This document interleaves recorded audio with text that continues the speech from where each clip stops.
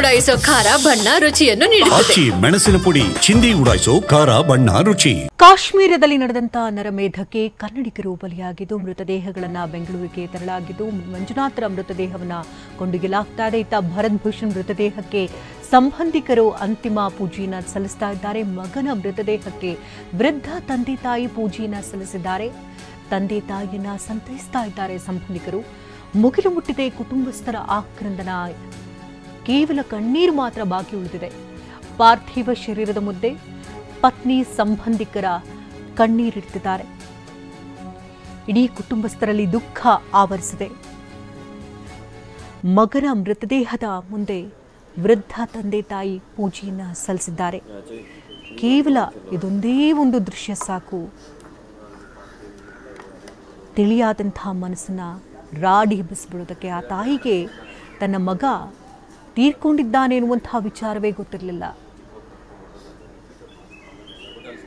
ಆರೋಗ್ಯದ ಸಮಸ್ಯೆಯಿಂದ ಬಳಲ್ತಾ ಇರುವಂತಹ ತಾಯಿ ತನ್ನ ಮಗನನ್ನ ಪ್ರೀತಿಯಿಂದ ಸಾಕಿ ಸಲಹಿದ್ರು. ತನ್ನ ತಾಯಿ ಆರೋಗ್ಯವಾಗಿದ್ದಾರೆ ಅಂತ ದೃಢಪಡಿಸ್ಕೊಂಡೇ ಭರತ್ ಭೂಷಣ್ ಟ್ರಿಪ್ಗಾಗಿ ತೆರಳಿದ್ರು. ಕಾಶ್ಮೀರಕ್ಕೆ ಹೋದಂಥ ಕಂದ ಇಲ್ಲಿ ವಾಪಸ್ಸಾಗಿರೋದು ಶವವಾಗಿ ಅಂತ ಆ ತಾಯಿ ಆ ದುಃಖವನ್ನು ಅದು ಹೇಗೆ ತಡ್ಕೊಳ್ತಿದ್ದಾರೋ ಗೊತ್ತಿಲ್ಲ. ಶವದ ಮುಂದೆ ಕುಳಿತು ತನ್ನ ಮಗನನ್ನ ಕಡೇ ಬಾರಿಯಾಗಿ ಕಣ್ತುಂಬಿಕೊಳ್ತಾ ದುಃಖಿತರಾಗಿದ್ದಾರೆ ತಾಯಿ. ಅವರ ತಂದೆಯಿಂದಲೂ ಕೂಡ ಪೂಜೆಯನ್ನು ನೆರವೇರಿಸಲಾಗಿದೆ. ಅವರ ಸಹೋದರ, ಅವರ ಪತ್ನಿ ದುಃಖತಪ್ತರಾಗ್ತಿದ್ದಾರೆ.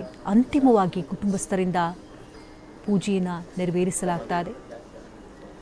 ಗೌಡರ ಸಂಪ್ರದಾಯದಂತೆ ಅಂತಿಮ ವಿಧಿವಿಧಾನಗಳು ಕೂಡ ನೆರವೇರುತ್ತೆ ಅಂತ ಹೇಳ್ತಿದ್ದಾರೆ. 1 ಗಂಟೆ ಸರಿಸುಮಾರಿಗೆ ಹೆಬ್ಬಾಳದ ಚಿತಾಗಾರದಲ್ಲಿ ಅಂತ್ಯ ಸಂಸ್ಕಾರವನ್ನು ನೆರವೇರಿಸಲಾಗುತ್ತೆ.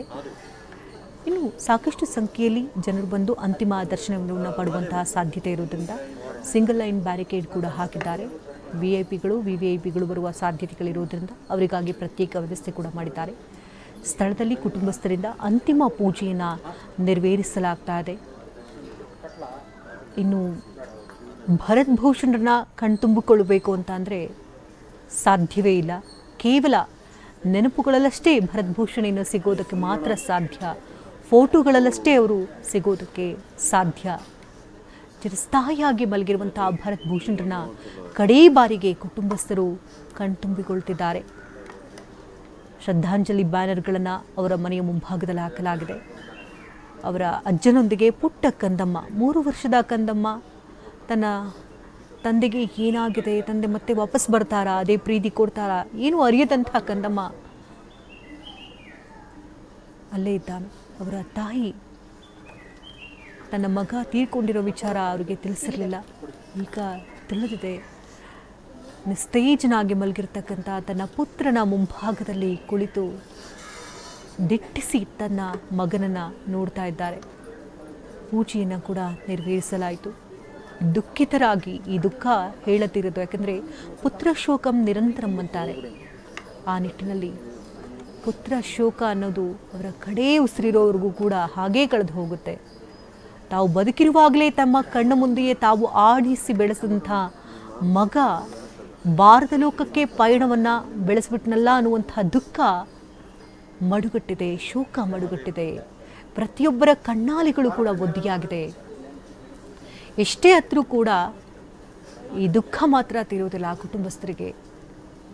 ಬಾಳಿ ಬದುಕಬೇಕಾಗಿದ್ದಂಥ ಮಗ, ತಮ್ಮ ವೃದ್ಧಾಪ್ಯದಲ್ಲಿ ತಮಗೆ ಆಸರೆಯಾಗಿದ್ದಂಥ ಮಗ, ಇನ್ನೇನಿದ್ರು ಕೇವಲ ನೆನಪು ಮಾತ್ರ.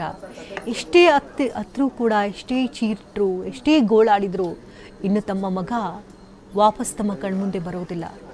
ಕಡೆಯ ಬಾರಿಗೆ ತಮ್ಮ ಮಗನನ್ನ, ತಮ್ಮ ಕುಟುಂಬಸ್ಥರನ್ನ ಕಣ್ತುಂಬಿಕೊಳ್ತಾ ಇದ್ದಾರೆ ಅವರ ಕುಟುಂಬಸ್ಥರು. ಅವರ ತಂದೆ ತಾಯಿಯಿಂದ ಪೂಜೆ ಪುನಸ್ಕಾರಗಳನ್ನು ನೆರವೇರಿಸಲಾಗ್ತಾ ಇದೆ. ಗೌಡ ಸಂಪ್ರದಾಯದಂತೆ ಅಂತಿಮ ವಿಧಿವಿಧಾನಗಳನ್ನು 1 ಗಂಟೆ ಸುಮಾರಿಗೆ ನೆರವೇರಿಸಲಾಗುತ್ತೆ.